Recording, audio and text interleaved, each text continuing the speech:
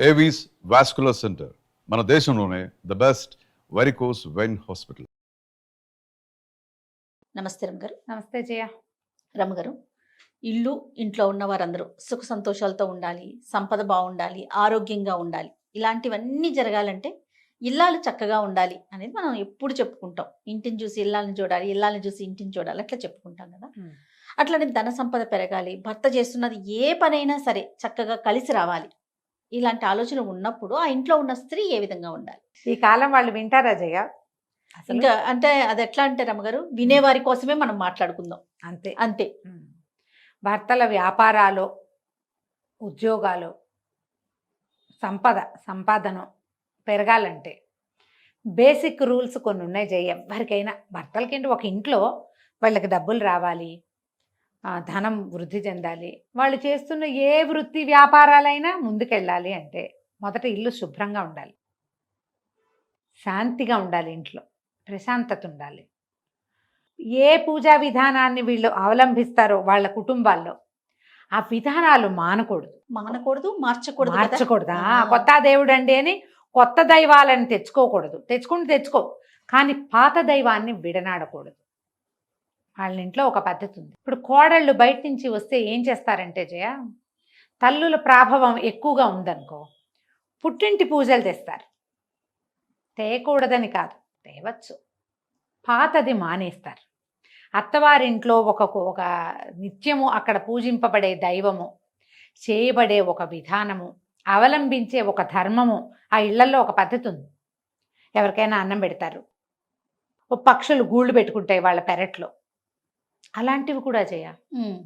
తర్వాత ఎవరికైనా ధన సహాయం చేస్తారు, ఏటా ఇంతమందికి బట్టలు ఇవ్వాలని, ఇంతమందికి ధనం ఇవ్వాలని చేస్తుంటే ఇది కంటిన్యూ చేయాలి. అవి మానకూడదు.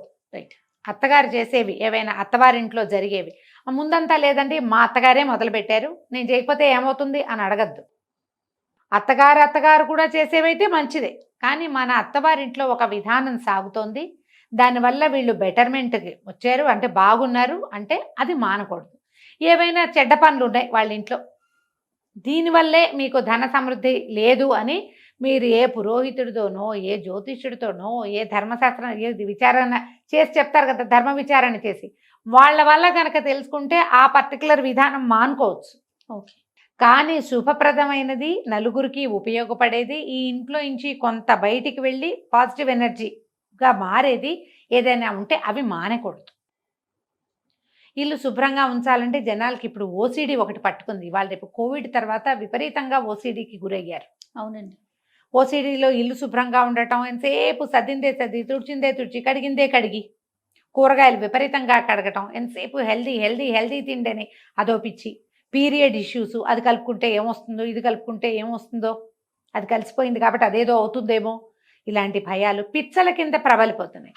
పిచ్చ వల్ల ఏమి బాగుపడదమ్మా, పిచ్చి కింద పిచ్చే డెవలప్ అవుతుంది. అవును. పిచ్చికి పడద్దు. అలాంటివి ఏమైనా ఉంటే దాన్ని రిపేర్ చేసుకోండి, దానికి వైద్యం చేయించుకోండి. కానీ అక్కడ అంటే చేయబడేటువంటి, అవలంబించబడేటువంటి ధర్మ మార్గాన్ని వదిలిపెట్టద్దు. సాధారణంగా ధన సమృద్ధి అనగానే లక్ష్మీదేవి, ఈశ్వరుడు రెండు విధానాలు ఉండాలి. లక్ష్మీదేవికి పూజ, మామూలుగా లక్ష్మికి పూజ అంటే మనం లక్ష్మీదేవిని పెట్టుకుని లక్ష్మీ అష్టోత్తర శతనామావళి చేసి నిత్యలక్ష్మి పూజ చేయటమే కాదు. లక్ష్మీదేవికి కొట్లాటలు ఉంటే నచ్చదు.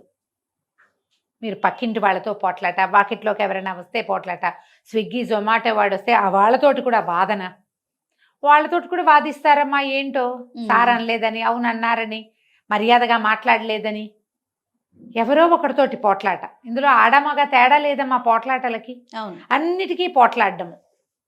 ఇంట్లో వాళ్ళే మా భార్య భర్త కొట్టుకుంటూ ఉండటం, అత్త కోడళ్ళు కొట్టుకోవటం, వీటి వల్ల సమృద్ధి రాదు. అవి తగ్గించుకోండి. వ్యాపారం పెరగాలంటే ప్రధానమైన సూత్రం అది. ఇప్పుడు భర్తలు చాలామంది అన్నదమ్ములు వ్యాపారాల్లో కలిసి ఉండి ఇళ్లల్లో సెపరేట్గా ఉంటారు. అలాంటి వాళ్ళు కూడా కనిపిస్తారు. మనము వాళ్ళకి తగాదా పెట్టేలాగా ప్రవర్తించకూడదు. సెల్ఫ్కి పెద్దపీట వేయకూడదు. సర్వతోముఖాభివృద్ధి, ఫ్యామిలీ ముందుకెళ్ళాలంటే నా సంగతే నేను చూసుకుంటా అన్న ఊహ చేయకూడదు. అప్పుడు ముందుకెళ్తాం. నీ ఒకదాని కోసం చూస్తే ఇంకేముంది, సంఘటిత శక్తులు అవి ఏముండవు అక్కడ, మనమే ఉంటాం. కొన్నాళ్ళకి మనం సెపరేట్ అయిపోతాం. ఈ ఒంటికాయ సొంటి కొమ్ము జీవితం ఏం సుఖం. దానివల్ల సుఖం లేదు కదా. అవును. లక్ష్మీ పూజ చేయటం, తర్వాత ఈశ్వరారాధన చాలా మంచిది. ఇప్పుడు మనకేంటంటే పర్వదినాలు వస్తాయి. ఇప్పుడు ఈ నమ్మకాలు లేని వాళ్ళకి ఏం చెప్తామంటే, వాళ్ళకి ఇది పూజ చేసే నమ్మకాలు పెట్టి ప్రార్థన చేసే నమ్మకం ప్రతివాడికి ఉంటుంది. పూజ ప్రార్థన రెండు సమానమేనమ్మా, ఒకటే. నువ్వు అది చేస్తావా ఇది చేస్తావా, ఏ విధానాన్ని అవలంబిస్తే దాన్ని సజావుగా అవలంబించండి. మీకు ఇంకొకటి ఏదో మీ సిస్టము, ఆ సిస్టంలో కూడా దానము, ఇతరులకి సహాయము, ధర్మ ప్రవర్తన అన్ని ధర్మాల్లోనూ ఉంటుందమ్మా. కదా, దేనిది దానికే, దేని రకం దాందే. వాళ్ళకి ఏదో చెప్తారు, ఇంత ఇంత దానం చేయాలని, ఇంత కలిసి ఉండాలి, ఏవో ఉన్నాయి కదా, ఇది ధరించాలి, ఇప్పుడు పూజ చేయాలి, ఈ సమయంలో ఉపవాసం ఉండాలి, అందరికీ ఉన్నాయి. మీకు ఏది ఉంటే అది పాటించండి. ఏ రకమైన ఆరాధన ఉంటే ఆ రకమైన ఆరాధనని ముందుకు తీసుకెళ్ళండి. ఈశ్వరుని పూజ కూడా ఖచ్చితంగా శివారాధన ధన సమృద్ధికి కారణమవుతుంది. శివుడు ఐశ్వర్య ప్రదాత, మోక్ష ప్రదాత కూడా. ముందు ఐశ్వర్యాన్ని సాధించండి, మీకు లభించిన ఐశ్వర్యాన్ని పంచండి ప్రపంచం మీద. అప్పుడు మోక్షం వైపుకు వెళ్లేందుకు కూడా దారి కనపడుతుంది. అంతే. మీకు వచ్చిన దాన్ని మీరే దాచిపెట్టుకుంటూ ఉంటే కొన్నాళ్ళకి ఏమవుతాం, నరకంలో పడతాం మనం. మోక్ష సాధన లేదు. ఇంకా మనకి ఎంత వచ్చినా సరే అందులో నుంచి కొంత దానం చేయాలి, కొంత ప్రపంచం మీద ఖర్చు పెట్టాలి, కొంత ఇతరులకి అయాచితంగా ఇచ్చేసేయాలి. వాడు అడిగితే ఇవ్వడం కాదు, నీ అంతటి నువ్వే ఇస్తూ ఉంటే వస్తూ ఉంటుంది. వ్యాపార సూత్రంలో ప్రధానమైనది జయ, ఎంత బయటికి వెళ్తే అంత వస్తుంది. 10 వాళ్ళని పెంచుకోండి. అందరివి ఒక 5 కుటుంబాలు, 25 మంది ఉన్నారు మీ దగ్గర, 50 మంది ఉన్నారు, వాళ్ళందరూ బాగుండేలాగా చూసుకోండి. అందరూ సంతోషంగా ఉన్నారు. ఎవరికో ఏదైనా ఇబ్బంది వచ్చింది, ఈ సంస్థ ఎవరైతే ఉన్నారో వ్యాపారస్తులు, మేము ఉన్నాం పర్వాలేదు మేము చూసుకుంటాం, వాళ్ళు ఇంకా లాయల్గా పనిచేస్తారు.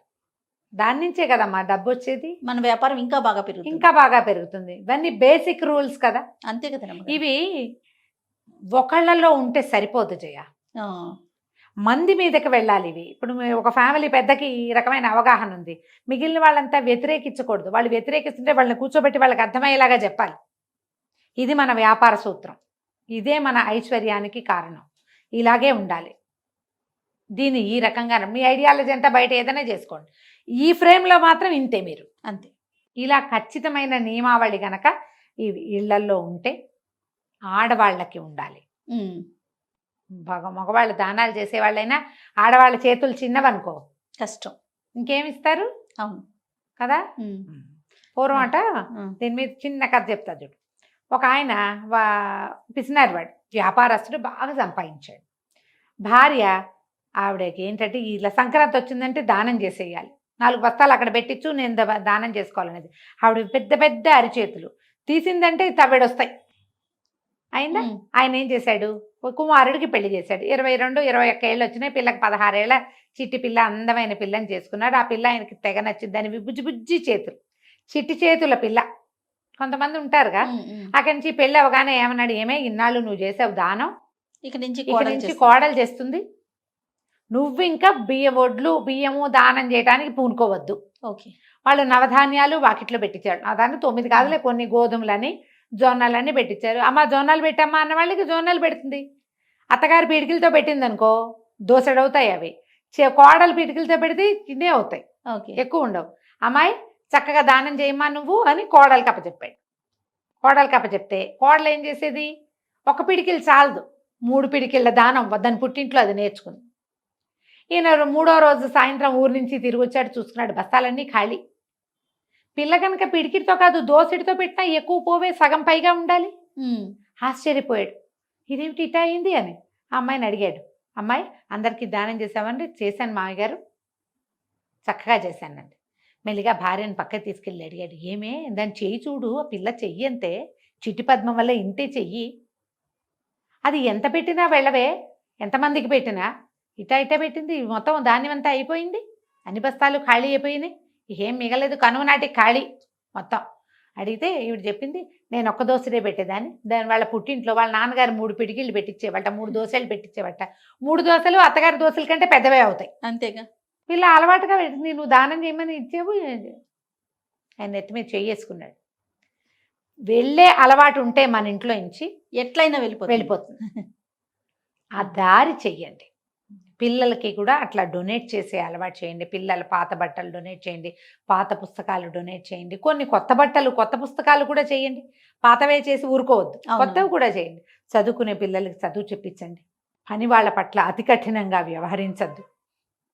చెయ్యి విడిస్తే సంపద వస్తుంది.